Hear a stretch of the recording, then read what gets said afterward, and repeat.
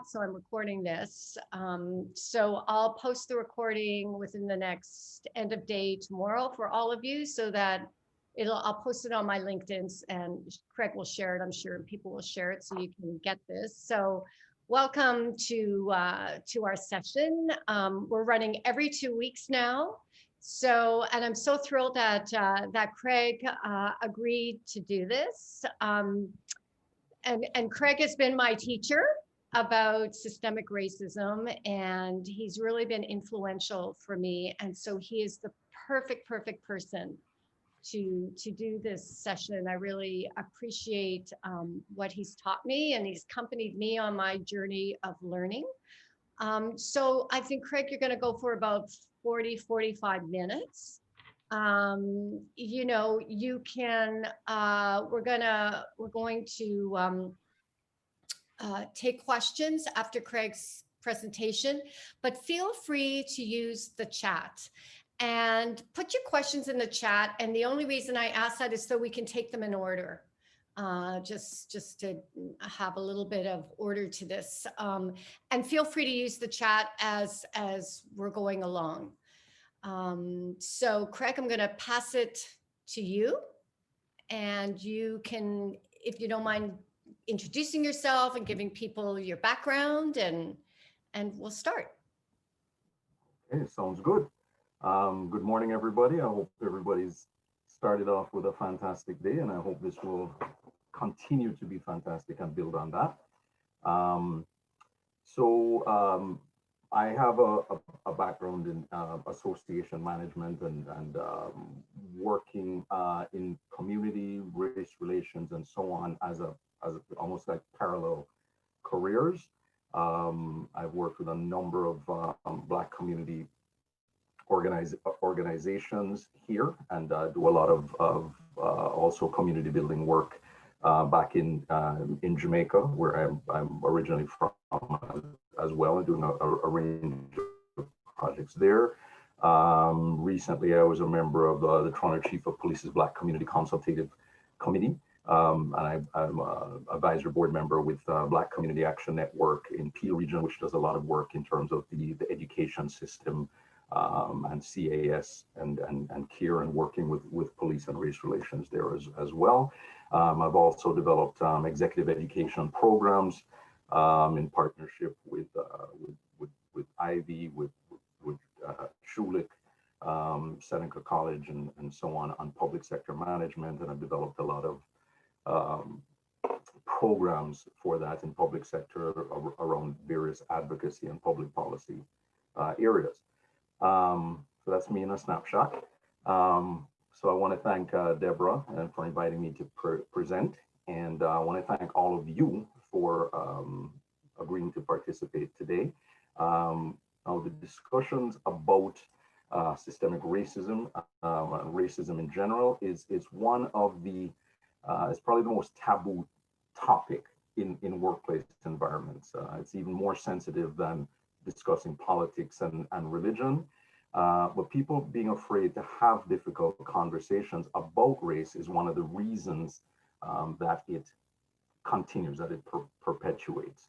So in order to move forward, we have to be able to embrace that. So it's human nature to avoid uncomfortable situations. And as Martin Luther King said, just to paraphrase, most people are more interested in a negative peace, which is the absence of tension, than in a positive peace, which is the presence of justice. So you naturally avoid confrontation, but to be able to really achieve change, you need to be able to push through that. And it's, you know, similar to how you often see men push back against conversations about misogyny and sexism and mansplaining and man-interrupting and so on. And there's usually a defense mechanism.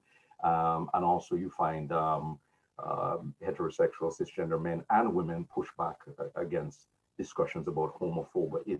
It's natural it's human nature for us to push back. So there's no judgment about that, but we all need to be brave enough to truly listen to people with other lived experiences and make them being heard be more important than our feelings, our defense mechanism, and so on. So why are we here?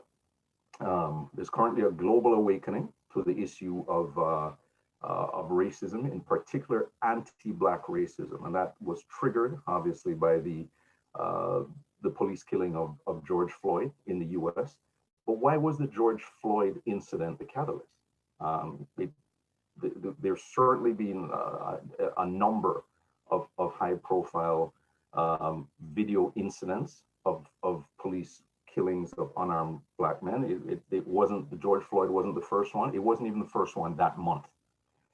But what was the confluence of events? So it's in the middle of the coronavirus lockdown, millions of people out of work, students out of school, people locked in, and there was laser-like focus on that event. And what it did is it put fuel to the fire that sparked a global uprising. But how do we move from hashtags to action?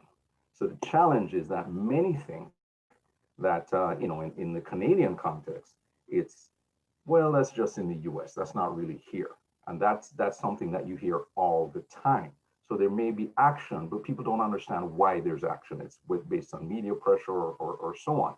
And in the US and here, you're also struggling with, well, how do you connect racialized police violence with the context of the workplace environment and systemic racism within the workplace environment?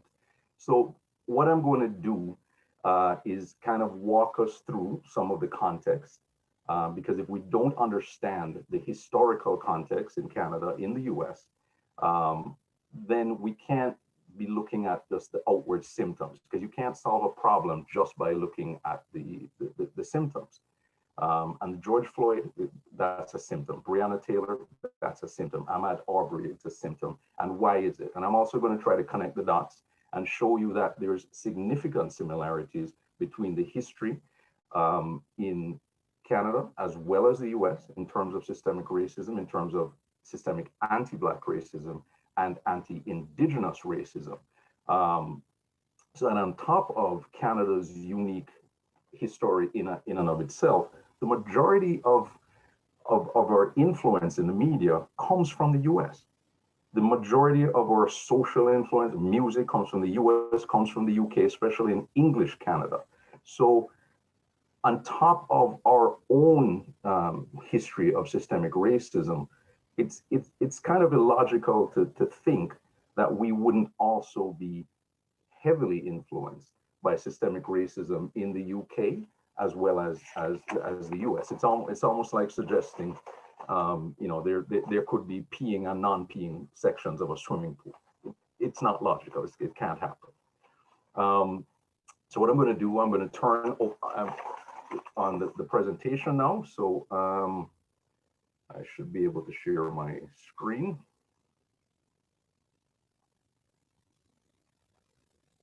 There you go. So everybody should be able to see that.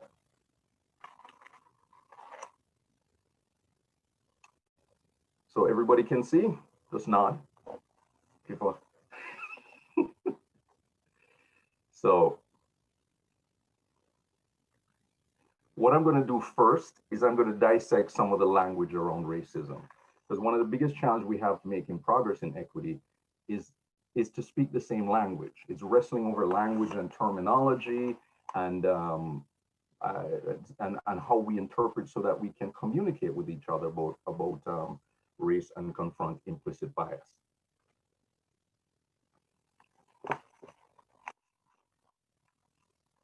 So firstly, racism. Racism is prejudice plus power. So there's a power imbalance that is necessary for it to rise from prejudice. We all experience prejudice. We all have them, all of us. But racial prejudice and bigotry, so it can be racial prejudice can be positive, but generally it's negative attitudes. And a prejudice is often accompanied by ignorance, fear, hatred, and examples of negative stereotypes are, all Black people can dance, can play sports, can't float, are criminals. All Jewish people are good with money. All Asian people are good with math. all Muslims are terrorists. There's tons of ridiculous negative stereotypes, stereotypical assumptions that we hear and see playing out in the media all the time. But systemic or structural racism is different. It's ingrained in institutions and societal norms and practices. So expressions of races, of prejudice and racism can be directed against white people by non-white people, okay, by prejudice, but there's no power behind it, because in our society, in the US and Canada, non-white people don't have the power or the authority to even though you may hurt the white person's feeling, and it should never be condoned, prejudice of any kind, but you don't have the power or authority to negatively impact the white person's social, economic, political status and affect their rights and their privileges. So racism operates both on an individual and a systemic level. So here's another terminology which is fraught with controversy. It always elicits a visceral response. But the term white supremacy actually has two meanings. So here's the most extreme interpretation of it. So, and we're seeing a significant rise in xenophobia, in Islamophobia, anti-Black racism,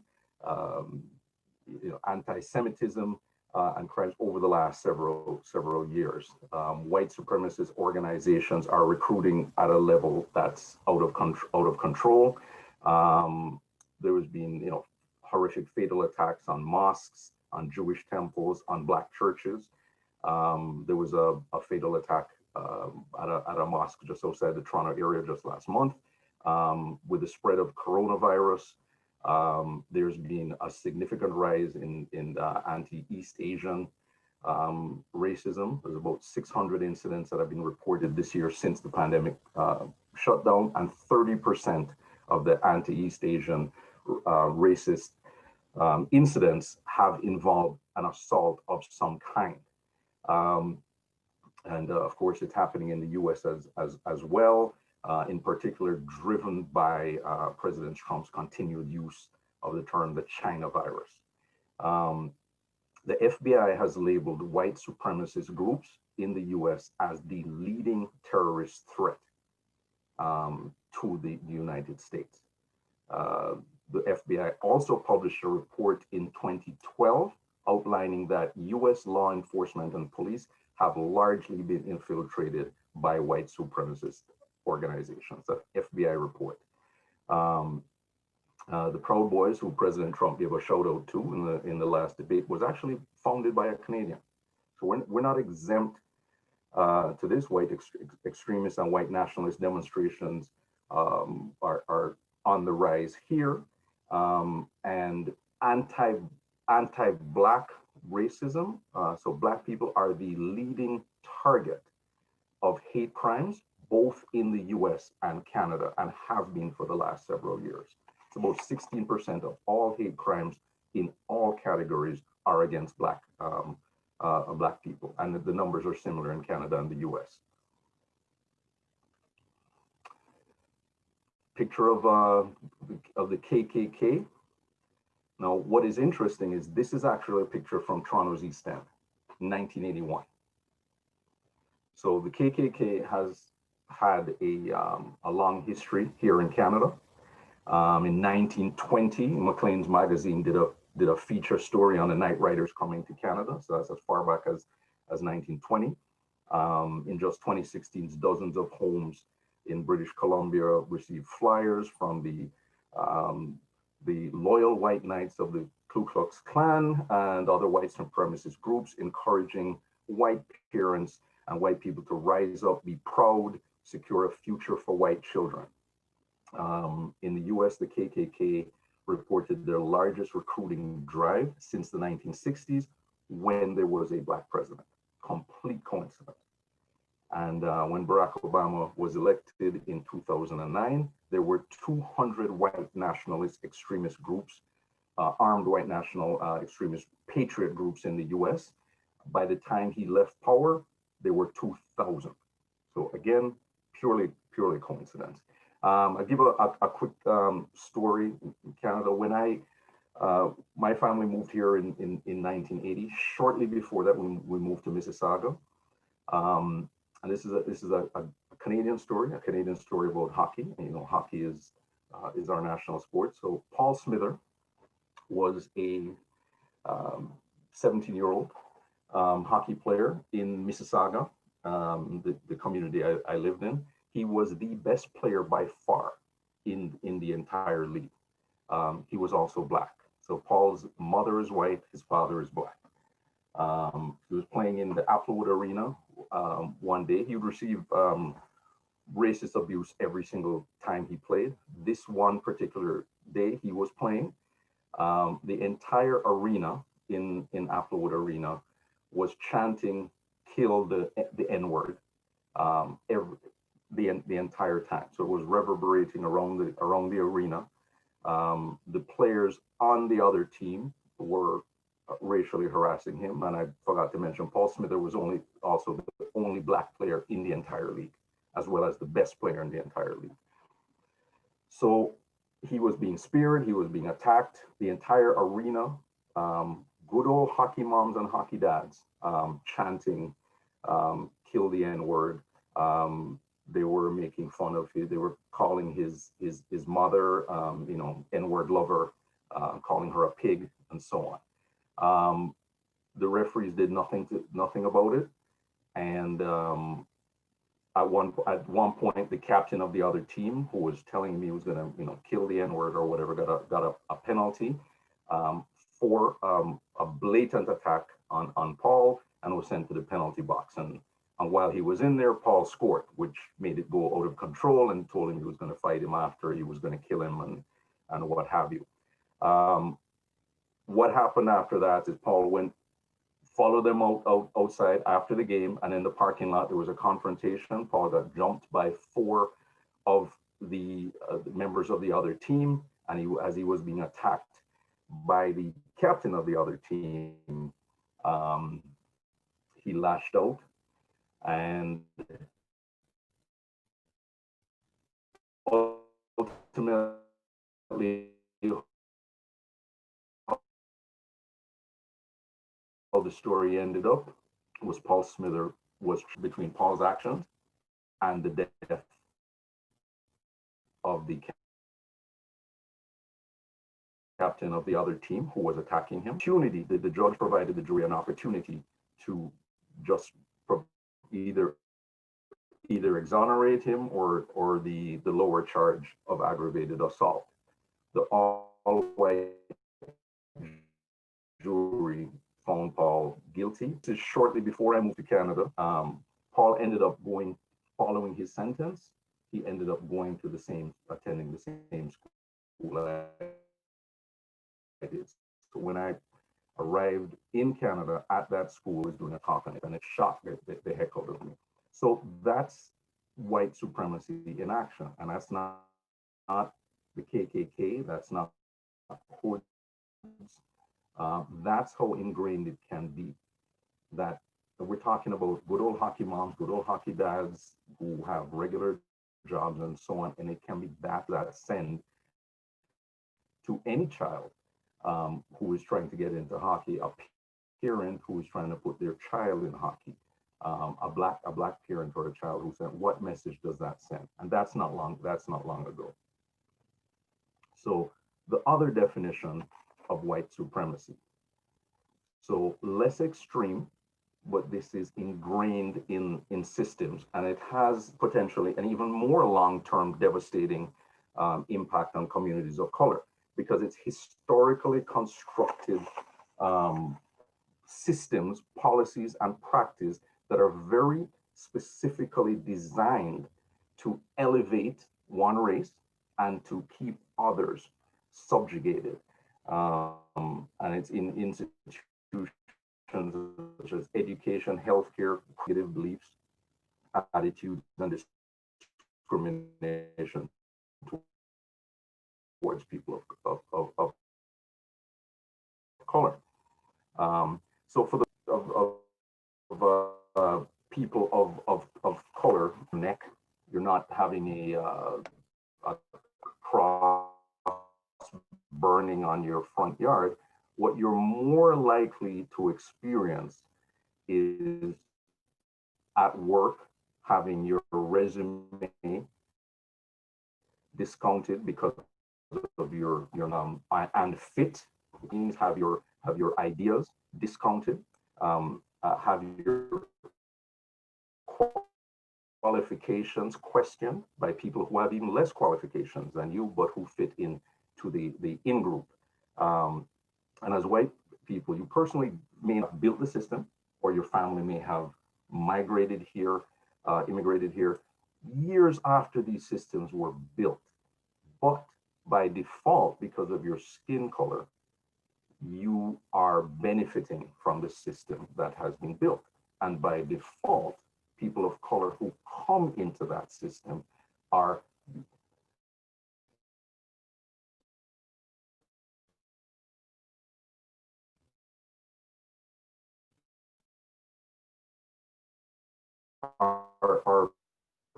are Craig, are Craig, can I interrupt you? Your connection's quite bad. Oh, I don't think you can even hear me. facing subjugation. Craig, That's how it. Craig, can I interrupt? Okay. Your connection's quite bad and you're almost completely out Yep. most of the time. I wonder if I want to turn his camera off. That helps sometimes. Okay, yes, turn your camera off. Try that because you're quite frozen.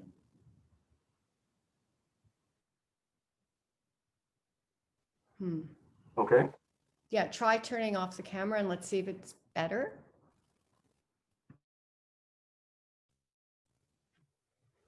I've just done that now. Okay, What are you finding now? yeah, it seems okay. If it's bad again, then I'll let you know, and you could always leave and come right back. Get a new connection maybe. Okay, and how was the audio? The audio right now is good. Okay, and was it problematic before? Yeah, you were just frozen. Yes. Okay. Okay, so I'll jump back to a little bit. So again, so this is the, again, the second definition of white supremacy, which is kind of about the systems, and that can have devastating long-term impact.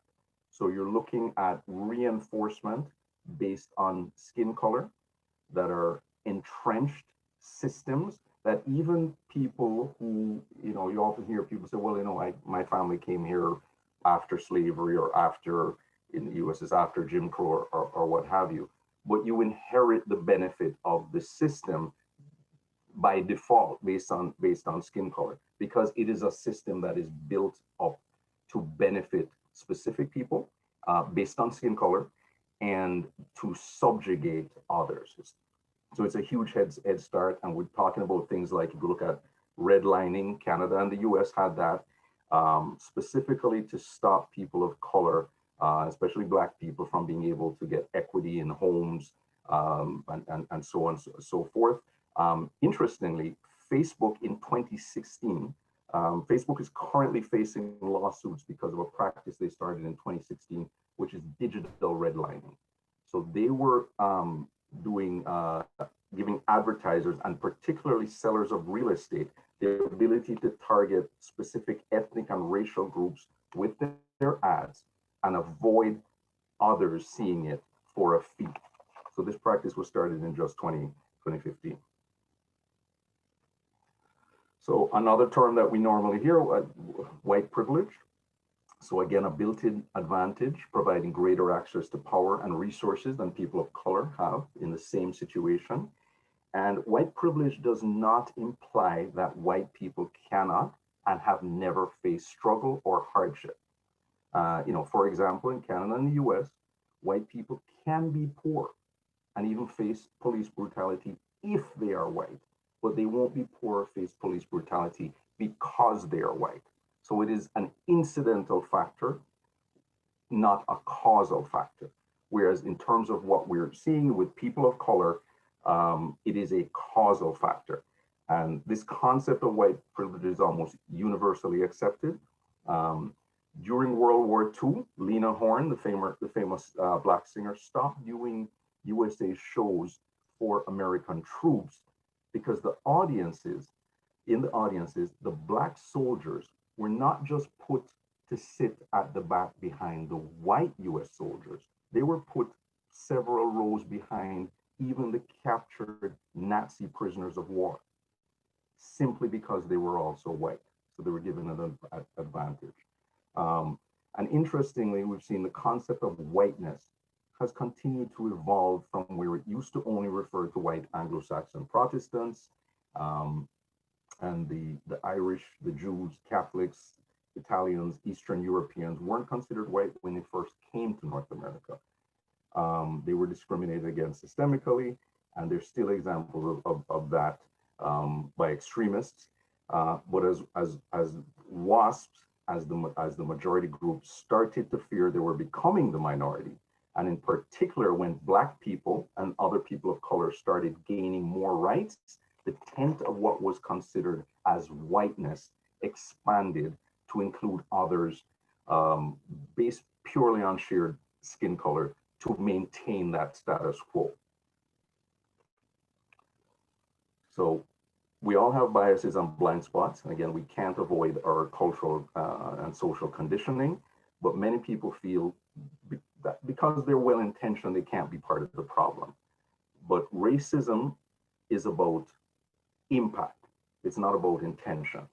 A quick story: when I was in my last year of high school, we were one of only 2 Black families on the street, and I remember a neighbor going up to my mom, and she asked about my brother because she hadn't seen him in the neighborhood for a while, and my mother responded, "Oh, he's gone to Yale," and the neighbor responded, "Oh my God, what did he do?" And my mother looked puzzled for a while and said, "He's gone to Yale, not jail. He's studying engineering." But again, what the neighbor heard was based on implicit bias. And these blind spots are ingrained at an early stage. So I'm going to show a brief video, and hopefully it should play easily. So.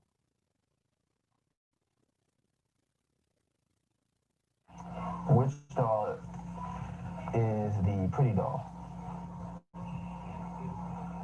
Which doll is the nice doll?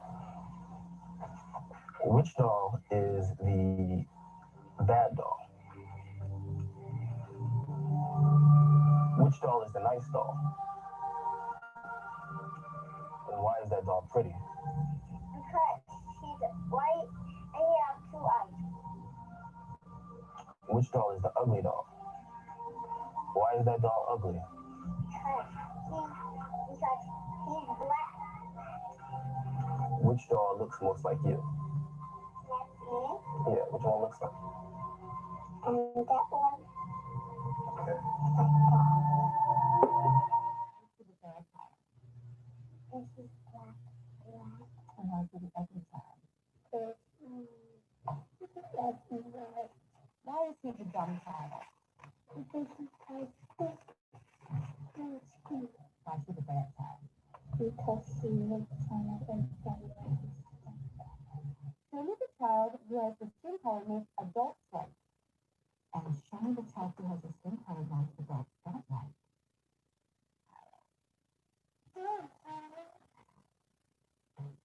Okay, why is he the dumb Greg, we child? can't see the video, by the way.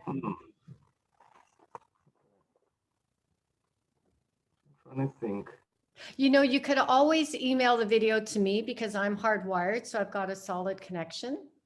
So if you have some Yeah. videos to show, why don't you email them to me Yep, and tell me what I'll play them for us. absolutely, we'll do that. Okay. Okay, so it is what it is an experiment that was done with black, white Hispanic children, And this experiment has been replicated many times with dolls of different colors and asking the children basically what are your viewpoints in terms of which is the good child, which is the bad child, which is the one that people see as good, which adults see as good. And invariably, the Black and the white kids and the Hispanic kids all choose the white doll, and it just shows how ingrained these issues are. Again, they start in terms of racism. It is ingrained as early as 3 years old. Everybody, you can hear me in terms of the audio now? Yeah, your audio is really good. Perfect. So here's just some examples of unconscious bias that are dismissed as being harmless. And it's sad that in the 21st century, we're still having debates about the reduction of indigenous people to mascots and as tributes. It's an incredible blind spot. And we're finally now in 2020 acknowledging the fact that the NFL team named Redskins is blatantly racist. And it's being changed not because of a moral imperative, but because the sponsors threaten to pull millions of dollars in sponsorship. But people who are not the brunt of these racist tropes have been the gatekeepers to decide if they were racists or tributes. So First Nation people marching in protest were ignored and dismissed. And let's put it in terms of our context, in terms of working in a safe environment. So the NFL, the NHL, Major League Baseball are businesses. The individual teams are corporations that employ BIPOC people, including the athletes. So how does a First Nation player or employee feel about having to wear these racist names and logos on their clothes as they're representing their company? What message does that send as to whether this is a safe, empathetic work environment? Think of the absurd irony that the Redskins issued a statement saying they have zero tolerance for racism in their stadium. Here's another frequent blind spot, and it's themed costume parties, including work ones, because we see it happen at work environments. Like with the sports mascots, presentations against these are dismissed as being overly sensitive because it's not that big a deal or it's just in fun.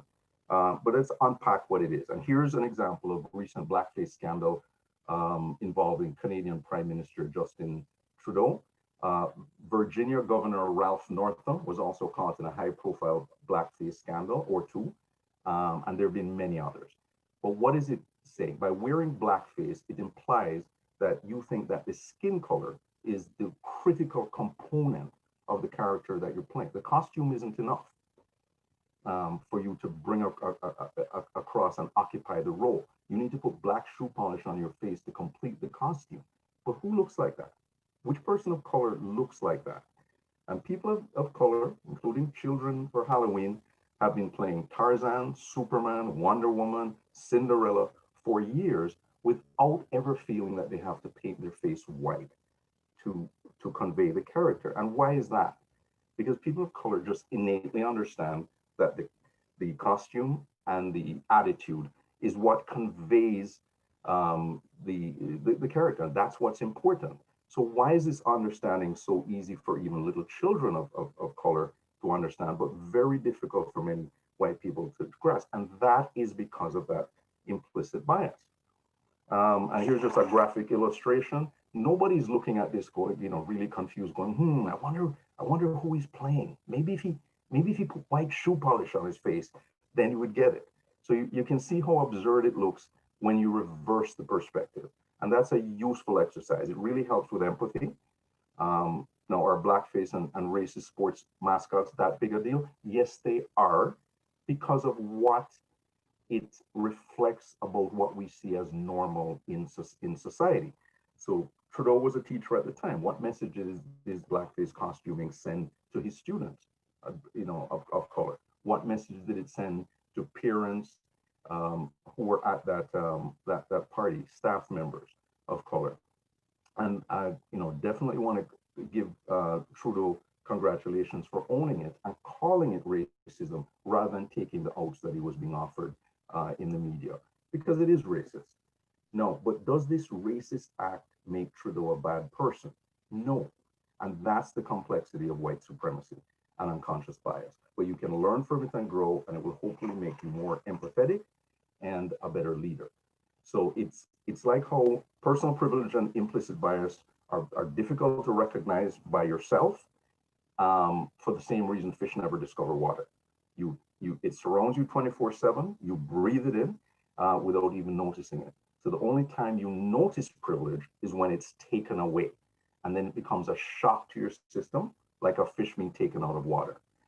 You become extremely uncomfortable and disoriented. So thus, the people who are used to privilege, calls for equality often feel like oppression. So what I want to do is now let's take a look. So now we've established systems of white supremacy, talk about an imbalance of power, where power is in the hands of a majority, and it's difficult for people outside of that in-group to get in. So let's take a quick snapshot at Canada and see if this is playing out. So these are 9 officers of the federal parliament. Here are the heads of the Canadian Armed Forces. Here's the board of the Bank of Canada. You're seeing a pattern? Here's the deputy ministers of the federal government departments, who are often referred to as the true leaders of the cabinet ministries in terms of who is crafting policy. And that's just a snapshot of some of the seats of political power in Canada. There's also a dearth of people of color, especially Black and Indigenous people, in the C-suite, executive suite in both Canada and America. If we look at the U.S., where we think there is more progress there. Well, the U.S. Senate is made up of 100 senators, 2 for each state. Currently, there's only 3 Black senators. And if the Biden-Harris ticket wins, since Harris is one of those, they will be down to 2 out of 100. The U.S. has only had 10 Black senators in its entire history since it was established in 1789. So that's not really progress. So we can continue to dismiss this as just there not being enough talented BIPOC candidates, or we can take a hard look at systemic racism and implicit bias that keeps the faces of those in power looking roughly the same in 2020 as they did in 1920 and 1820. Everybody following along? Audio still good? Yes, sir. We're good. Love it. Good old Abe Lincoln, honest Abe. So who emancipated the slaves, the great emancipator. So what I'm going to do is illustrate the complex nature of implicit bias and racism. So Lincoln fought a bloody war to abolish slavery. It's actually the most bloody war in the history of the US. More people died in the Civil War than in Vietnam, Korea, Afghanistan, Iraq, World War I, World War II. More Americans combined died in the Civil War. But this shows the complex nature of implicit bias and racism. So he abolished slavery, but he was an avowed white supremacist. Lincoln actually wanted to ship all Black people back to Africa after he ended slavery. He had to be talked out of it. But Lincoln has been lionized, so these positions will come as a shock to many. But it speaks to how completely our education system, the history books, and the mass media are complicit in whitewashing history and presenting white heroes while erasing non-white ones. I mean, there was a Steven Spielberg movie on Lincoln just in 2012. It was nominated for, I believe, 12 Academy Awards. Daniel Day-Lewis won Best Actor for playing Lincoln, but none of this is touched on. So it's deliberately left out. It's impossible to do any real research on Lincoln and not come across his significant white supremacist viewpoints. So if the directors, the producers, the funders of Lincoln were Black, were people of color, there's no way it's left out. So that's systemic racism in action. And it's why racism and white supremacy is very complex. And that's why, because You know, so you can have this dichotomy. You can have like how you can have a BIPOC friend, spouse, child. That doesn't mean that you don't have anti-Black racism or implicit bias against people of color. You know, racists can have Black friends the same way serial killers can have friends who are alive. Here's a, you know, again, we're well aware of the documented history of racism through the US. And here's a snapshot of some of the history, just some of the key points in Canadians' history of racism. Canada is one of the greatest countries in the world, but no country is perfect. And like with your home, you want to know the history of it. You want to know the flaws so you can repair them, so you can do upgrades, maybe change the color. So there's a history of racism towards various groups in Canada at various stages: the Chinese, Japanese, First Nations people, Italians, Irish, Jews, Black, Eastern Europeans, Sikhs, Muslims have all experienced racism at some time, discrimination throughout Canada's history. And you often hear it's in the past, get over it, especially related to the histories of subjugation of Black and Indigenous people. But you can legislate away racist behavior, but you can't legislate away people's attitudes. So, and interesting, you hear, you know, people tell victims of racism to forget about it in the past. While we commemorate things like the War of 1812, we have there's Civil War reenactments in the U.S. You know, the Remember the Alamo. You have people waving Confederate flags in the U.S. telling Black people to get over slavery. It's in the past. It's bewildering and it's exhausting. So Canada has a specific history of anti-Indigenous racism, and again, it's very similar to the U.S. So for those from the U.S. who are looking at this, Sir John A. Macdonald is Canada's first prime minister, and as you can see, his viewpoints related to the First Nations people are very similar to things that that Lincoln said in the U.S. And Sir John A. Macdonald started the residential schools. So the residential schools for more than 100 years, First Nation Inuit Canadians were taken from their parents by the government and RCMP police and locked up in residential schools, which were designed to erase their culture, their language, and heritage, and the societal structures of Canada's Indigenous people. So the last residential school in Canada was only closed in 1996. We also had the 60s scoop. And it's important to understand that monies paid to Indigenous people now are not handouts. Excuse me. We had treaties, just like in the US, and the government broke every single treaty. The Truth and Reconciliation Commission recently provided residential school survivors an opportunity to share their experience during public and private meetings that were held across the country. And they concluded the residential school system amounted to cultural genocide. And what about anti-Black racism? So the Underground Railroad, we pushed to the forefront of our national narrative, and the story of 200 years of African enslavement in Canada is erased. The Underground Railroad, it makes America look bad, and it makes Canada look good, and it reinforces our view of exceptionalism.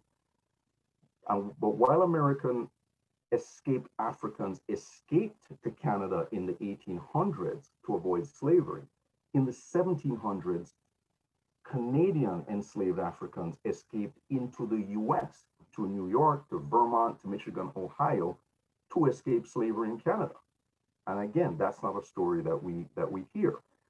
Blacks existed in slavery in Canada longer than Blacks here have been free.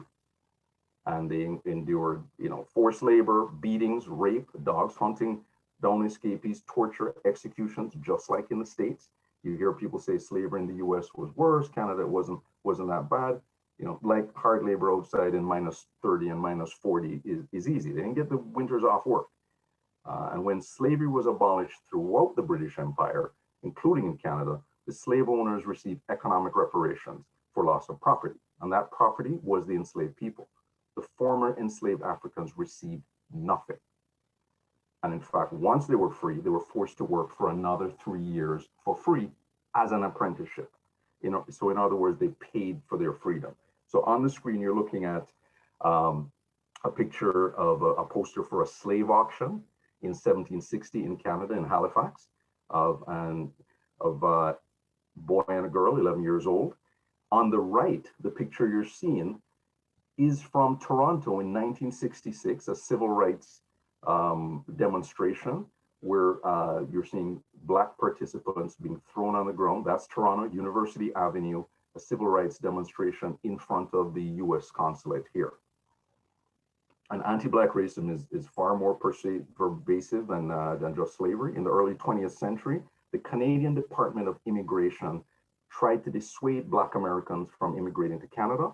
They paid doctors for turning Black immigrants away at the border and mandated that the doctors inflict invasive treatments and examinations as a deterrent from entering Canada. The government also sent doctors to Kansas and Oklahoma to spread propaganda to Black Americans about the unlivable weather conditions in Canada. And some even went as far as telling Black men their daughters would be vulnerable to rape and exploitation. So this was done while at the same time courting white European settlers with promise of free land and interest-free loans. Halifax was built by Black settlers who settled in a town called Africville. And they were freed Blacks who fought with the British in against the US in the War of 1812, escaped slaves from the US, as well as Maroons from Jamaica. So they built this community, Africville, and despite paying taxes to the town of Halifax, they were never provided with running water, electricity, policing, any of that stuff, sewage system. And what eventually happened is Halifax put a large fertilizer plant in the middle of the town of Africville. Then they put a septic waste pit in the middle of the town. Then they put an open air garbage dump in the middle of the town. Then that didn't get the residents to move. They ran a railway line right through one corner of the town. That still didn't get the residents to move. So what the government did is offered incentives to sell their property. And then they gave them notice. Many of them were given notice the morning, and then bulldozers came and bulldozed their homes. So the last of the homes was bulldozed in 1960. In 2010, the mayor of Halifax finally issued an apology. So it's important to talk about why is there a particular focus on Black and Indigenous people. And it's because there is well-documented discrimination in education, employment, in over-policing, in over-incarceration, third-class treatments, in healthcare, gaslighting about reality of racism for Black and Indigenous Canadians and Americans that put these two groups at the bottom of most indicators. And it's because of a shared specific history.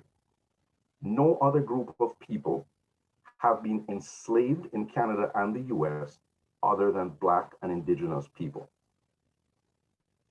They were property.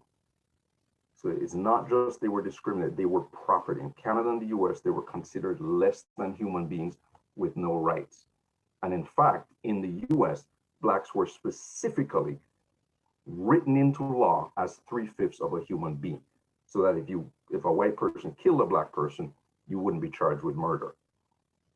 So, and what we're talking about is the context of here, what happened here. So we're not talking about the many genocides that happened in Africa during European colonialism. We're not talking about the 15 million Africans killed in the Congo in the 20 years under Belgium's King Leopold.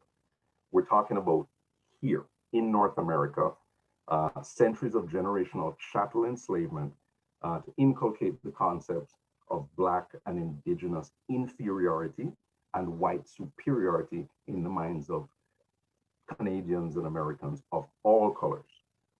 And then on top of that, we're talking about residential schools. We're talking about genocide. We're talking the reservations. We're talking Jim Crow. We're talking about housing discrimination policies. So these two groups are the only groups also to have had their language, culture, ethnicity, religions, national identity, and all other identifiers, unique identifiers, stripped away and replaced with that of the colonizer.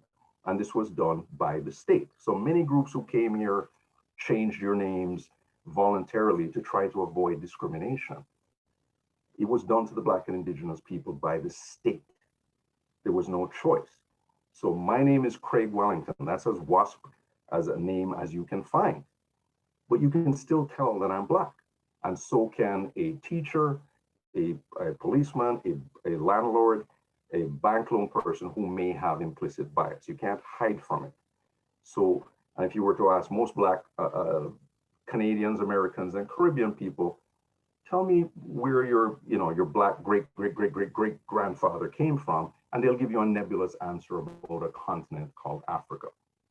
Whereas, many of my Irish cousins and my Italian friends can go back and tell you 10 generations of village where their family originated, and that's huge. It's very huge. So this is not a competition about who has suffered more or anything like that. All discrimination is bad. It's just recognizing that there's a specific historical context for Black and Indigenous people that is unique. So what are the impacts today? According to the RCMP 2015 report, over 1,000 Indigenous women have been murdered over the past 30 years in Canada. There are 175 Indigenous women who are missing, and 111 of those cases are unsolved. Now, the number, though, is criticized by Indigenous communities as being underreported. The real number is projected to be over 4,000 cases. So this slide and these numbers should shock everybody, because as mentioned, disparities in healthcare outcomes for Black and Indigenous people is well documented in Canada and the US. So here's a study out of the US that shows that infants, Black newborn babies in the US, are more likely to survive childbirth if they are cared for by Black doctors, but are 3 times more likely than white babies to die when looked after by white doctors. And that is shocking. The mortality rate of Black newborns shrunk by 39 to 58% when Black physicians took charge of the birth, but the mortality rate for white babies is largely unaffected by the doctor's race. So it speaks to implicit racial bias by healthcare professionals that may be influencing how they treat and care for late-term and in labor pregnant Black women. Studies in Canada, in the Canadian Medical Association Journal, show relative disparities in preterm and very term birth between Black and white women, very similar in magnitude in Canada and the US, and also infant mortality rate of First Nation people is significantly higher than whites in Canada as well. So this is Joyce Echaquan, a 37-year-old Indigenous woman, mother of 7, who died in a Quebec hospital just last month after filming staff insulting her. She had severe stomach pains. She posted a live video on Facebook of the nurses racially abusing her, degrading her, calling her stupid, saying you're only good for sex, and we're working to pay for your health care. It's egregious, and it's by no means an isolated incident. Countless studies show significant disparities based on race in our healthcare system. Currently, there is a massive class action lawsuit being mounted in several Canadian provinces by Indigenous women who allege that they were coerced into undergoing forced sterilization. This is Orlando Bowen. We're well aware of the George Floyd's, Breonna Taylor's, Ahmaud Arbery's in the US. But we also have issues in Canada's criminal justice system. So I had a video here of Orlando, but I'm not sure it's going to play, so we can certainly send that in after, but let me talk to it. So Orlando Bowen, is everybody's following along? You can hear me? Yep, you're really clear. Perfect. So Orlando Bowen was a former, is a Canadian from Brampton, Ontario, was a university standout football star. After college, he went on to be an IT executive in the US. He was recruited back to Canada by the president of the Toronto Argos, Pinball Clemens, to come play for them, which he did. And he became an outstanding player. Then he was signed by the Hamilton Tiger Cats. And on the day he was celebrating being signed, and he's in a parking lot waiting for his friends to celebrate, he was attacked by two men who pulled guns on him and beat him so badly that it ended his football career. One of the men told him he was going to shoot him in his head. It turned out they were policemen. They took him to jail, and when they found out who he was and how involved he was in community, like literally that week, he had done a presentation on systemic racism for police. So once they found out who he was, they planted drugs on him, planted drugs in his car. So he faced significant jail time. Eventually, he was freed because one of the police officers was caught trafficking drugs and charged with trafficking drugs. So he mounted a $14 million lawsuit against the police, which he won. And now he speaks, and he's a brilliant speaker if you're looking for a keynote speaker for events, incredibly positive. And he talks about forgiving the men, because he said, you know, how damaged can you be that you would do something like that, knowing that the person is innocent? And there's many other incidents. I sat in the court during the trial of Toronto police officers who killed Lester Donaldson years ago. Lester Donaldson was a disabled Black man sitting in his bed in his home when police came into his home, shot him dead as he was eating supper in his bed. They claimed it was self-defense, and the police officers were completely exonerated. It's as egregious as anything you've seen in the US. And as a result of that case, that's why we have this special investigation unit now that investigates police killings. Years ago, during a routine traffic stop in Hyde Park, Toronto, where I live, I had my car tires slashed with a knife by police.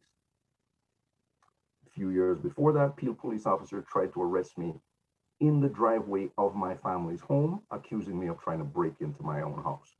And while I was an undergrad student in university, I successfully sued one of Canada's largest shopping malls and their security firm for racial profiling and harassment. And that later led to a change in the Trespass to Property Act that was being exploited by malls to harass Black youth. What are the numbers in Canada? And again, they almost exactly mirror US numbers. US statistics on anti-Black racism in police and education are publicized, but this is Canada, and this is Canada in the policing system. And we have stats here from the Toronto District School Board regarding Black youth. And they're very similar. You look at York region, Peel region, where the director, the head was recently fired by the provincial government because of multiple reports showing documented systemic anti-Black racism, which the premier, the education minister, Stephen Lecce, called it an unholy mess, and he called it educational malpractice against Black children in the school. So Lecce recently banned suspensions of children in kindergarten to grade 3, and also academic streaming in grade 9, both of which were predominantly affecting Black children and Indigenous children.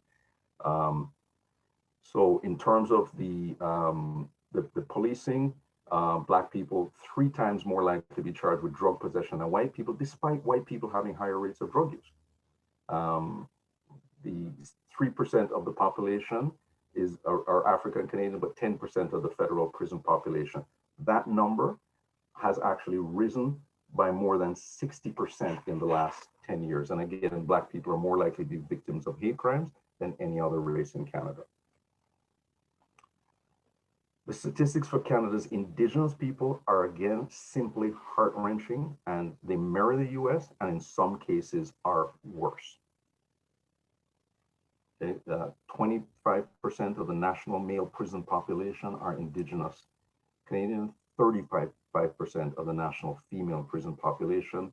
The suicide rates of Indigenous Canadians is 3 times higher than non-Indigenous Canadians. And 36% of people shot to death by RCMP over a 10-year study were Indigenous people. In employment, you see the same kind of things being manifested. And these numbers, studies have been done in multiple jurisdictions in the US, in Canada, and the UK that confirm these realities. The last stat, the studies with a white candidate with a criminal record has the same chance of getting a job as a black candidate with no criminal record. So there were studies conducted in Minnesota and New York in 2002, 2004, which confirmed this, and in the UK as well. And job seekers with ethnically Asian or African sounding names are 40 to 50% less likely to be called for interviews than people with Anglo sounding names, despite the exact same qualifications. Recently, the Psychology Association, American Psychology Association, in its DSM-5 for treatment protocols, has outlined that Black, Hispanic, Indigenous, and Asian Americans who have experienced racism display symptoms of PTSD, including anxiety, stress, deteriorating physical and emotional health, and reduced cognitive function. Black Americans and Canadians are shown to experience racial harassment, abuse, and microaggressions more than any other group. And what they showed in the DSM is that cumulative effect of race-based trauma, in addition to individual acts of racism, can lead to PTSD. So what can we do about it? So we've talked about the past, we've talked about where we are. What are we going to do about it? So diversity, equity, and inclusion is now topical. We hope the focus of it continues and with the same kind of energy and vigor, because it's not going to be solved all by itself. So we hear the talk about diversity, equity, inclusion. Diversity is about numbers. It's where diversity is where everyone is invited to the party. Equity is that everyone at the party gets to contribute songs to the playlist. And inclusion means that everyone has the opportunity to get on the dance floor and dance. So diversity is just numbers. You can achieve diversity without achieving equity or inclusion. So the question is, where are your BIPOC people? Where in your organization are they represented? Are they on the leadership team? Are they decision makers? Are they mostly represented in lower level positions? And the benefits of diversity are well documented. So according to a research study done at Northwestern University, Brigham Young, and Stanford, groups of workers with different opinions and social standings perform better than groups of like individuals, even though the latter group felt more confident about the quality of their work. And why is that? When socially distinct and different newcomers are brought into a team, it creates positive tension. Everyone is more inclined to up their game. So the benefits for a business of diversity are well documented, and businesses who are not gender, ethnic, culturally diverse are significantly less likely to achieve above average profitability. Again, wide range of benefits of diversity, equity, inclusion. So this is something that we should be moving towards, not just because it's the right thing to do, but we can make the argument based on the fact that it's a business imperative. So the dangers of hiring for fit, the wisdom of Winnie the Pooh. So one of the key barriers facing people of color in employment is the concept of cultural fit. So hiring for fit as a concept isn't a bad idea, but a lot of companies confuse harmony with conformity. So instead of hiring for complementary personalities and skill sets, they're listening to their hidden bias and their their same difference algorithm and hiring people who are very similar in background and behavior. So they're not putting in the the time-consuming work of doing a more nuanced assessment. So cultural fit eventually becomes casual discrimination, and people who will get ahead are those who best exemplify the status quo. So the worst part is when these implicit biases don't even wait for the interview process. As I noted in a previous slide, recruiters and managers are often filtering for fit based on the name of the candidate on the resume. As noted, job seekers with ethnically Asian or African sounding names are 40 to 50% less likely to be called for an interview than people with Anglo sounding names, despite having the exact same qualifications. There's also screening that takes place, and you see this in the US and Canada, based on your postal code, your zip code, or your address. So BIPOC people aren't allowed to bring their whole self to work. So organizations are increasingly encourage candid discussions on race in the workplace, but employees of color have historically faced backlash for engaging in these conversations and speaking up. So there's naturally skepticism. So for people of color in the work environment, I would say it's ultimately up to you to assess your unique situation, your vulnerability, and how safe are you in a way that's most authentic to you to decide on how much to engage. What is happening now is BIPOC staff, and particularly Black staff members, who may have existed most of their careers in an environment where they felt they needed to suppress who they were, their cultural identity, are now being called to speak up about their experiences, to lead committees and task forces in diversity, equity, inclusion, on systemic racism and anti-Black racism. So, but understand, they're putting themselves in an extremely vulnerable situation and going out very far on the limb for the organization. They're trusting you that they will be safe out on that limb. But 6 months from now, if the organization's attention shifts and they're not interested to hashtag, they're on to another hashtag, they could pay a significant price for the uncomfortable conversations that they're leading right now. So make sure you don't cut the tree down with them up there, and finish what you started. Don't use Black people as props. A great example of a person of color who had to walk on eggshells and avoid speaking about race in order to avoid making people uncomfortable is President Barack Obama.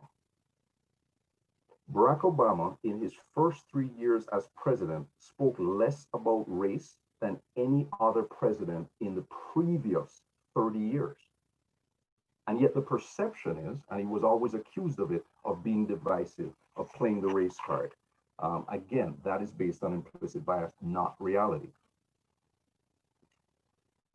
So let's talk about, again, what are some of the experiences of people of color within the workforce. Microaggressions is one of them, intentional or unintentional verbal or nonverbal indignities that occur in everyday interactions between individuals.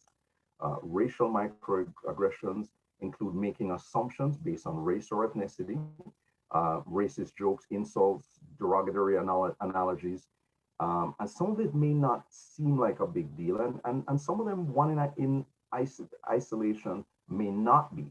But over time, a steady stream of this type of disrespect creates a toxic environment. It inhibits productivity, affects self-esteem, and may influence staff to leave a job.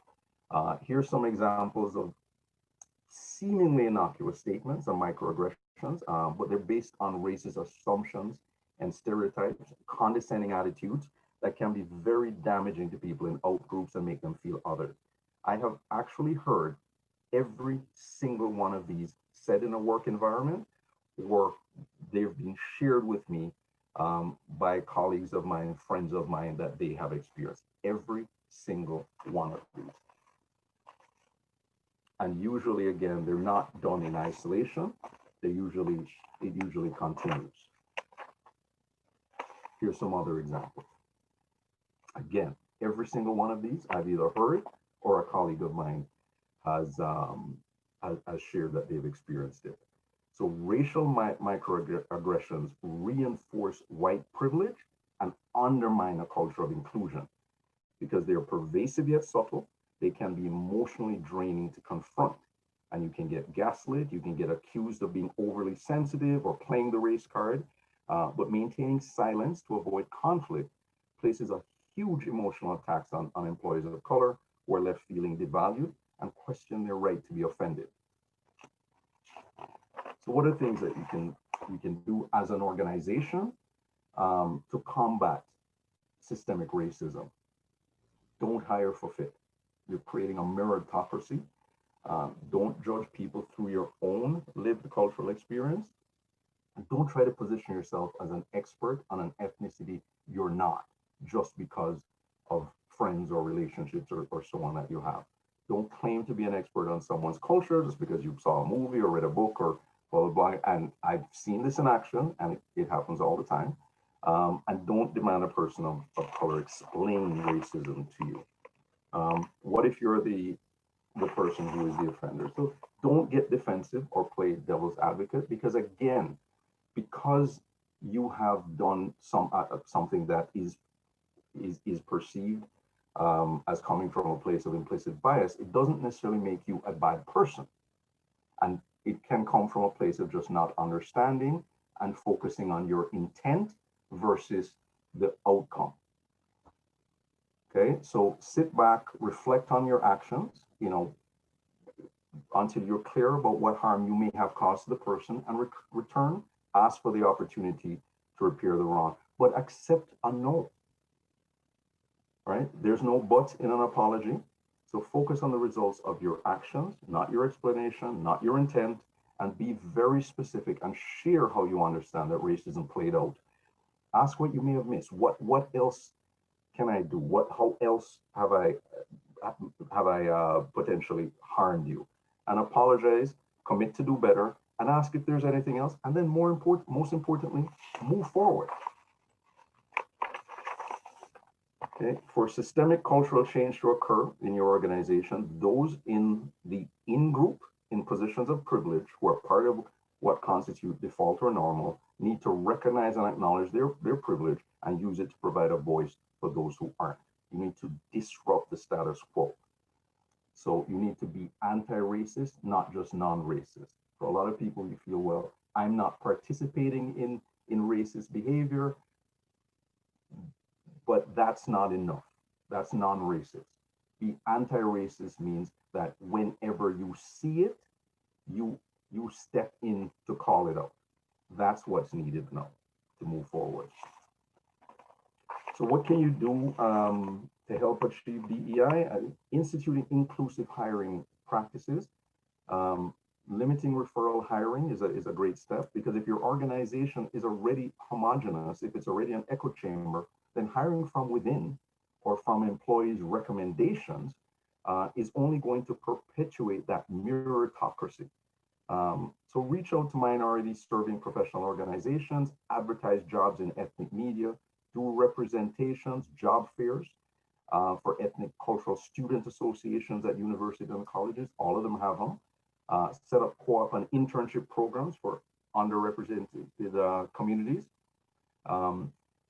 And to try to ameliorate implicit bias around fit, establish objective hiring criteria and rubrics that everybody involved in the hiring process, in interviews, in screening resumes, is using.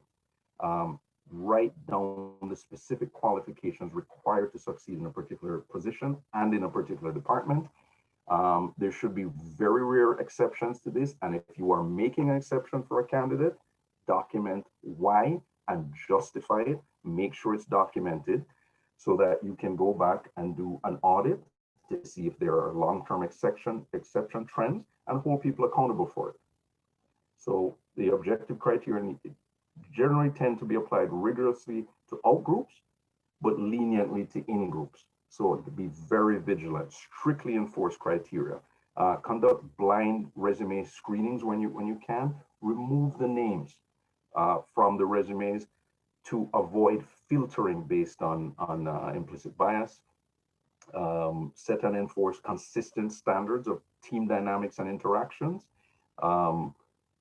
create and enforce a policy for interruptions during meetings so that everyone has the opportunity to be heard fully and everyone's voice is appreciated. If you find that people are stepping over that, pull them aside for an offline conversation and reinforce to them that everybody's opinion is valid in your organization. Men and women are perceived negatively, men and women of color are perceived negatively when they are assertive or display confidence.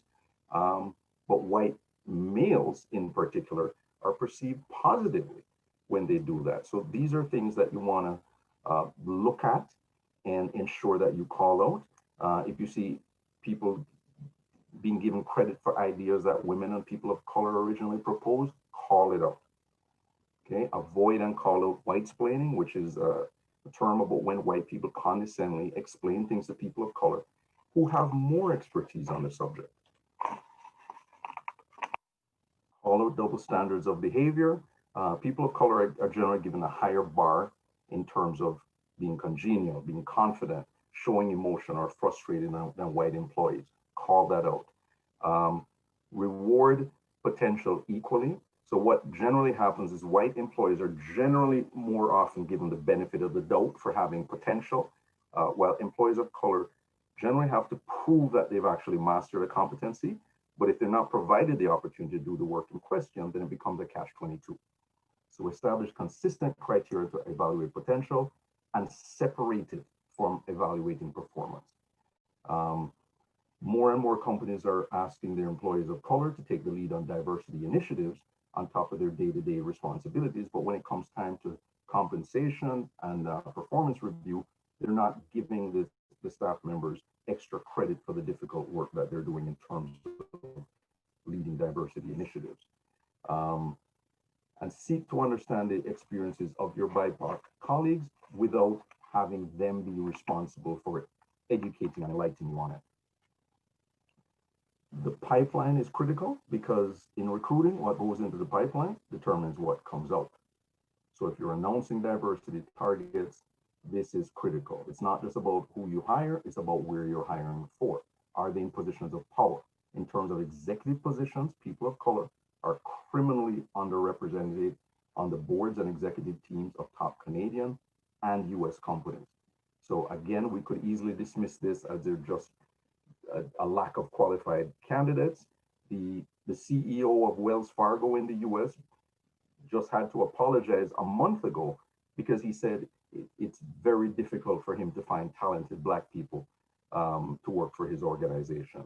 But study after study shows that it's absolutely not the case. Most C-suite and executive recruitment is done within a very close circle and based on referrals. Now, a US study reveals that 70% of white Americans have an all-white social network. It wouldn't be significantly different here in Canada. And because of our demographics across the country, it may even be more pronounced. So lack of qualified candidates because of lack of opportunities and people not being willing to look beyond the comfort zone. So expand your pipeline, have multiple pipelines and go beyond your usual networks. So that is the presentation, and want to turn it back over now to Deborah. Deborah? Yep, Craig, like that was like really amazing. I mean, I don't even know where to go with this, right? It's, yeah.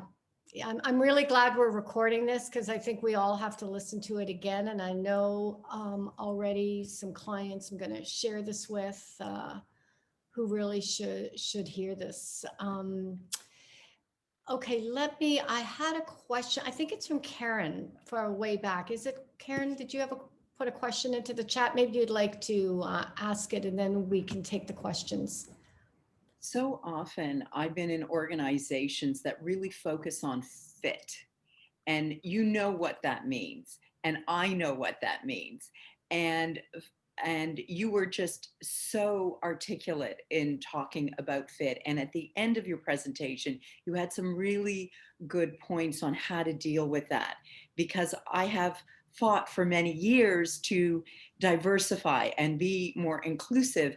And I've come up against, well, they don't really fit. And I try and bring in a lot of innovation, and I have all the patience and openness for people who are brilliant. And that's what I look for. And I fight against this a lot. And how do I deal with these organizations that may not be as open to expanding what fit can be, what brings value to an organization, but how do I try and open that up more? How do I deal with those organizations? Yeah, I mean, at the end of the day, the buy-in from the CEO, the leadership, is critical. I know there's many HR professionals on this group, and in many times you're the converted. I'm actually in marketing, and Oh, and I want to bring in innovators, and I win this fight sometimes, but it's not. Well, yeah. Yes, I think in marketing it's a lot easier to sell. So in certain professions, it's easier to encourage people to be different and bring in the Winnie the Poohs. But in many and you know, I was in association management and working in public sector, and especially municipal government, which is a very closed group. You really have to push and keep pushing. And I just talked about with recruiting, because that's a big part of it as well, because you're also working with recruiters who also need to expand their pool of candidates as well, beyond just sending you who meets the status quo. But a lot of that is you guys' fault, because if the recruiter keeps sending you candidates of color and you keep refusing to hire them for executive positions because you're screening them based on the pushback you know you're going to receive, then the recruiters are going to stop sending you them. So there comes a point where people just have to be ready to put something on the line. And that's what it comes down to. For any change to happen, it's not going to happen. Time is neutral. It changes nothing. So for anything to change, it takes people of goodwill and courage to step forward and use their position of privilege to make change. And that's what needs to happen. I mean, what we've seen around the world, you know, with the George Floyd, the catalyst, the reason that people are noticing it, because people have been marching in the streets all the time. The reason people are noticing it is because there's more white people marching in the street. Right? That's what's happening now. That white people have got up and said, no, this, you know, we're now seeing a human being. This is enough. That's what happens. If only the people of color, people affected, are the only ones pushing back, nothing is going to change. So really just be prepared to put your privilege on the line and push back. So actions speak a lot louder. Absolutely.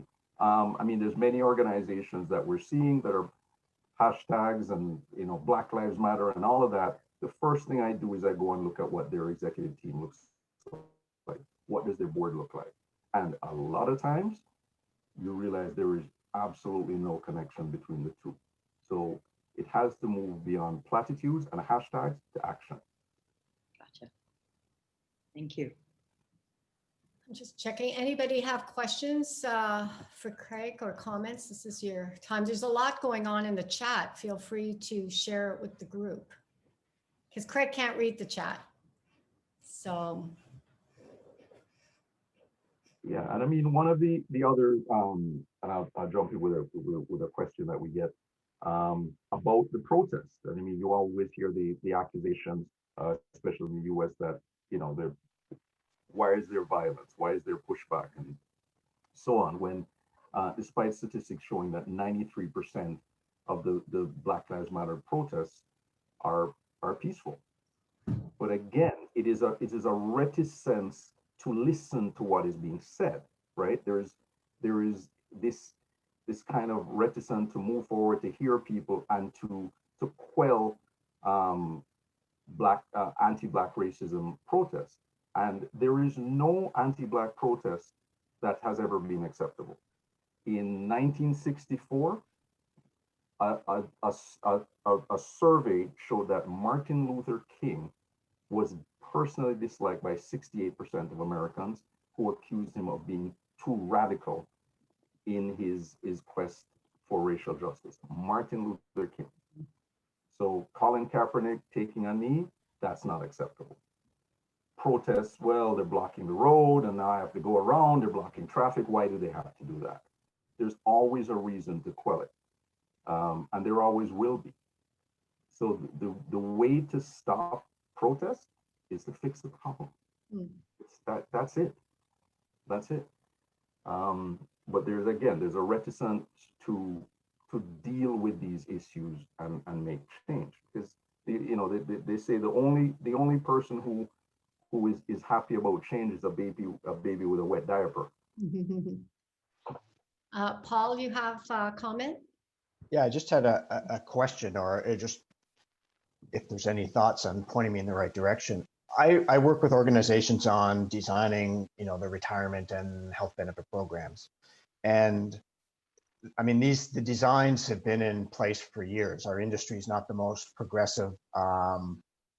And I've started to believe that there's no discussion around any systemic racism inherent in the designs of these programs that we have in place for all employers. But just because the industry and these plans have not really evolved over the years, and where they come from, there has to be embedded in the design some systemic racism, but I don't know where to begin. I'm not going to identify it. So any thoughts as to where to turn to, how to start to impact it? When I reach out to my colleagues, they all go, no. Well, of course they do. It's the wrong audience. So I'm trying to find someone who I'm white, so I can't bring my own experience, but I have to believe it's there because it's been there forever. Yeah, and it is, and it's like if you come into you buy a house that you don't like and decide you're going to transform it into one that you do like. It's a lot easier to just buy a plot of land and bring a blueprint and build it from scratch, because you're going to be dealing with the issues that were there in the original blueprint if you're trying to fix it. So if a system was designed by people with implicit bias, it's going to have implicit bias. And we're even finding that with artificial intelligence, with robots, robot cameras were in cars were more likely to run over Black people than white people. Studies were showing that. And that's simply because of the implicit bias by the people who designed it, that literally are programming persons, and they're using only white people for the testing. So these are things that happen, they're ingrained.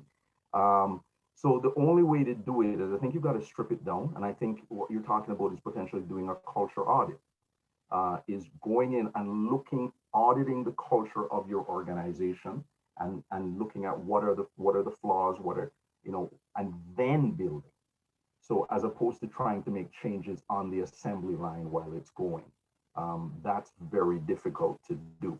So I think you have to go back, strip it down, and do a culture audit of your organization and finding out what those biases are, because you're not going to find them just by asking people about it, especially if you're in a homogenous organization. It's just not going to happen. Any questions? I have a question if I can ask you. The notion of stripping out the names, of course, is fine. In the Strategy Council, we constantly talk about this. Okay, that's good. And suddenly the candidate shows up at the hiring manager's door. And that often can be the shortest interview in the world, right? So they've made it past the screen because we've blinded the resume. Mm-hmm. But then that poor candidate has to confront that manager who doesn't want to look at somebody racialized, let's say.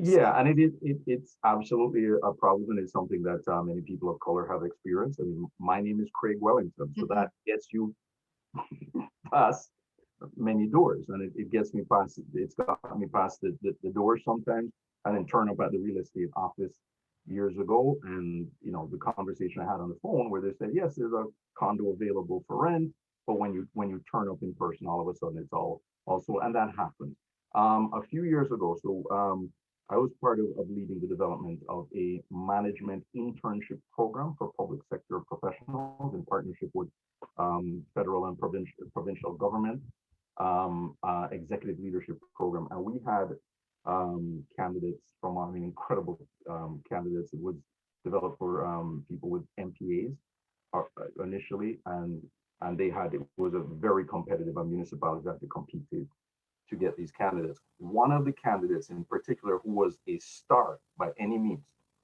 So in the first round, he got interviewed by, I think it was 10 of the participating municipalities, more than anybody else, and he got a position. But then when he was coming to the end of the 1-year internship, and it was a fast track, you're working with the city manager, they're working on the senior management team and rotated through every operational area. So when it was coming time to the end, he had less interview opportunities for a real job than any other candidate, and we couldn't understand why. And this was a few years ago. So they asked me to sit down with him, and I looked through his resume and said, there's nothing there that's a red flag. His name, you really couldn't tell where he was from. There's most of his experience was Canadian. He was actually from Nigeria, and he came to Canada at 18 with $50 in his pocket. Put himself through university, master's, and it was brilliant. And I looked to see, are there any community organizations that he's volunteered with that would indicate his culture, his race, or so on, and there was none. All of his education was here. So I said to him, I said, okay, I want you to do me a favor. And this was a few years ago, before everybody on LinkedIn had a photo. I said, just do me a favor. I want you to remove your photo, just for a couple of weeks, just humor me. So he took his picture down, and he had, he always had a smile on his face, very, very pleasant young man. He removed his photo, and within that 2 weeks, he had 7 interviews. I mean, he wasn't even getting interviews before, 7. And he ended up getting 2 job offers, took one, and was offered a job immediately after that. So it happens, this is the reality. But we're not gonna break through by not sending resumes. Like, we can't give up. Right. That's being complacent is worse than being angry. Because if you're angry, if you're frustrated, that means you still care. If you just say, well, that's just how it is, that's normal, it will continue that, and it becomes entrenched, and it becomes really unconscious. So you have to do it. You have to keep doing it, and you have to challenge them. So if you continue to send extremely qualified candidates of color for executive positions, and the companies refuse to hire them, then you need to ask them about it. I'm noticing a pattern. Tim, I've noticed that I keep sending you these candidates, and I noticed that the person that you've hired actually is less qualified than this person. It's like, can you just tell me about this pattern? So engage them in that discussion. And wear them down. Wear them down. Keep rolling. Yeah. Okay. Thank you. Listen, it's after 11, so I think people may start dropping off. Craig, you can't see the chat, but there are so many people thanking you, telling you how amazing this is. I echo that. It was quite phenomenal. It was fantastic. So thank you so much for doing this. Maybe we should repeat it, because this is your message, your presentation. I think so many people need to see this. We learned so much, all of us. Thank So you. No, really, I'm really glad to be a small link in the chain. really grateful. The recording will be available. I'll put it up by the end of tonight. So everybody, please share it. Once you see it on LinkedIn, I think it's really important for all of us to support Craig and the work he's doing and the work everybody else here is doing by sharing this with our colleagues. Yes, and absolutely. I mean, feel free to reach out to me if Can anybody you has. put your email in the chat, please, Craig? I will. And if anybody doesn't catch it, then you can email me and I'll connect you with Craig, but he'll put his email in there. So